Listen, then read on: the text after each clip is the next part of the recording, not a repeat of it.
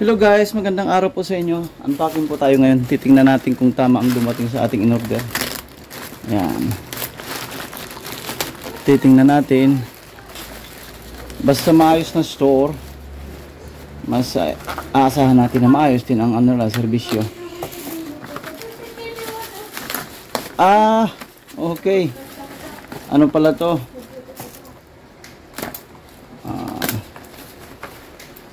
Itong pang thread ng ayos pang thread ng PVC pipe. Ayan, ng plastic. Sa mga susunod na araw susubukan ko ito kung ayos nga ba. Ayun, ito tingnan ko nga.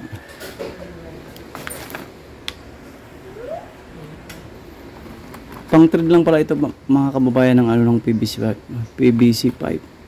1/2. Ano ba to? 1/2, 3/4, saka di uno.